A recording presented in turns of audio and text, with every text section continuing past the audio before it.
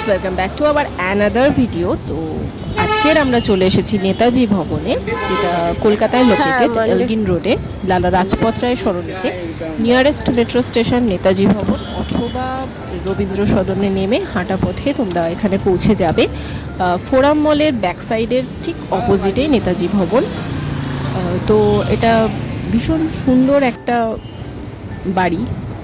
তো তোমরা এখানে 40 টাকা করে পার পারসন, এবং স্টুডেন্ট হলে 20 টাকা পার পারসন। টিউসডে থেকে সানডে ওপেন থাকে সকাল 11টা থেকে সন্ধ্যা 6টা অবধি, এবং মানডেতে এটা ক্লোজ থাকে। তো তোমরা যে কোনো দিন এখানে চলে আসতে পারো এবং ভিজিট করো। খুব সুন্দর বাড়িটা যে কোনো সময় এসে এখানে এমনি ছবি তুলতে পারবে। টিকিট না কাটলে ভেতরে তোমায় যেতে দেবে না। দাঁড়াও। তো এই সুন্দর বাড়িটি তৈরি করেছিলেন নেতাজি সুভাষচন্দ্র বসুর বাবা জানকীনাথ বোস 1909 খ্রিস্টাব্দে। বর্তমানে এটি একটা গবেষণা কেন্দ্র। নেতাজির জীবন এবং কর্ম নিয়ে এখানে গবেষণা চলে। এই বাড়িটির পরিচালনা করেন শিশির কুমার বোস, মানে নেতাজি সুভাষচন্দ্র বসুর ভাইপোর এবং ওনার স্ত্রী, ভাইপোর স্ত্রী কৃষ্ণা বাসু এবং ওনার পুত্ররা। তো এই নেতাজি রিসার্চ ব্যুরোর পরিচালনা করেন। তো এখানে কিন্তু নেতাজি সুভাষচন্দ্র বসুর সমস্ত কিছু রাখা আছে, সমস্ত কিছু আসবাবপত্র, অনেক কিছু তোমরা এখানে দেখতে পাবে। সমস্ত কিছু আছে এখানে, অনেক কিছু দেখার আছে। তোমরা না আসলে কিন্তু এগুলো বুঝতে পারবে না।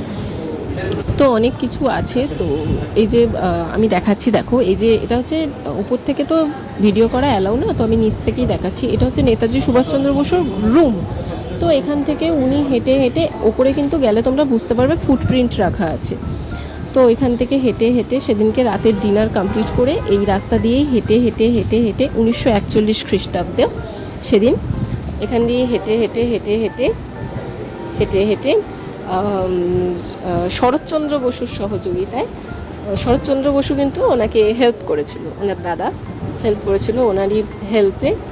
তো ওনার সাথে হেঁটে হেঁটে, জাস্ট ইমাজিন করো তোমরা, এই যে হেঁটে হেঁটে এই রাস্তা দিয়ে এসে এসে এসে এসে এই যে এখানে একটা কলাপসেবল গেট দেখতে পাচ্ছ, এই যে, তো এই যে কলাপসেবল গেট আমি দেখাচ্ছি, দেখো, এই যে এই কলাপসেবল গেট, এখান দিয়ে বেরিয়ে এই সিঁড়ি দিয়ে নেমে উনি এইখানেই ওয়েট করছিল। শিশির কুমার বোস, মানে শরৎচন্দ্র বোসের পুত্র, গাড়ি নিয়ে ওয়েট করছিল। তো এখান দিয়েই উনি গাড়িতে বসে তিনি এয়ারপোর্টের দিকে রওনা দেন, এবং সেখানেই গিয়ে বার্লিনের উদ্দেশ্যে চলে যান। তো ব্রিটিশ সরকার কর্তৃক যেহেতু উনি গৃহবন্দী ছিল, ওই জন্য উনি এই যে গাড়িটা দেখতে পাচ্ছ, এই গাড়িটি করেই উনি সেদিনকে বেরিয়ে গিয়েছিলেন 1941 খ্রিস্টাব্দে। মানে ভাবলেই কত ভালো লাগে। আর সেদিনকে আমরা গেছিলাম, সেদিনকে আমরা খুব লাকি ছিলাম যে সেখানে গিয়ে নেতাজির একজন বংশধরের সাথে দেখা হয়ে গেছিল। নেতাজিকে যিনি ড্রাইভ করে নিয়ে বাইরে বেরিয়েছিলেন, শিশির কুমার বোস, একটু আগেই বললাম, ওনারই পুত্রর সাথে দেখা হয়ে গেছে। ছোট ছেলে, বড় ছেলেকে তো আমরা সবাই চিনি, সুগত বোস। ওনার ছোট ছেলে সুমন্ত্র বোসের সাথে আমাদের দেখা হয়েছিল সেদিনকে। উনি খুব সুন্দরভাবে আমাদেরকে আরও জিনিসটাকে মানে কভার আপ করেছেন, আরও জিনিসটাকে সুন্দরভাবে তুলে ধরেছেন সমস্ত কিছু। তো সেদিনকে আরও ভালো লাগছিল।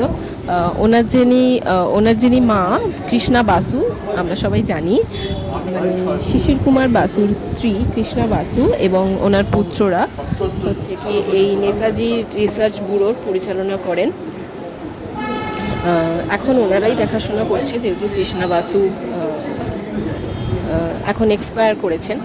তো ওনারাই এখন দেখাশোনা করেন, পরিচালনা করেন। তো উনি এসেছেন সেদিনকে, খুব লাকিলি দেখা হয়ে গেছিলো ওনার সাথে। তো সমস্ত কিছু আমরা জেনেছি, অনেক কিছু আরও কথা বলেছি, সুন্দর কথা বলেছেন উনি।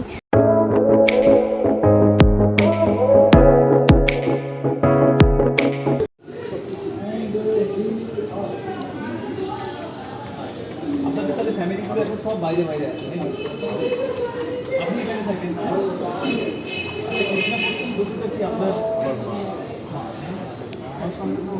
বিরাট ছিলেন? সংসদ সংসদ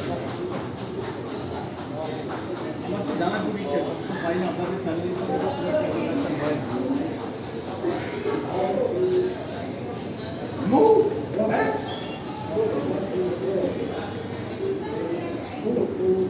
আপনাদের শরীর ভালো আছেন?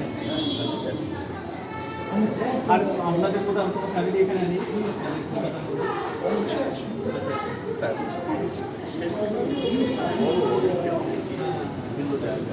আপনারা মানে নেতাজি সুভাষ বসুর কয় ভাই ছিল?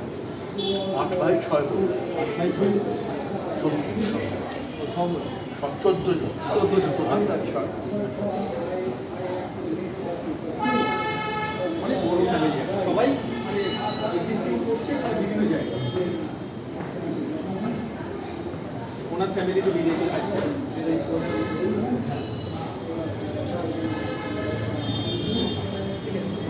আচ্ছা, আমরা ইনফরমেশন আরও কীভাবে পাবো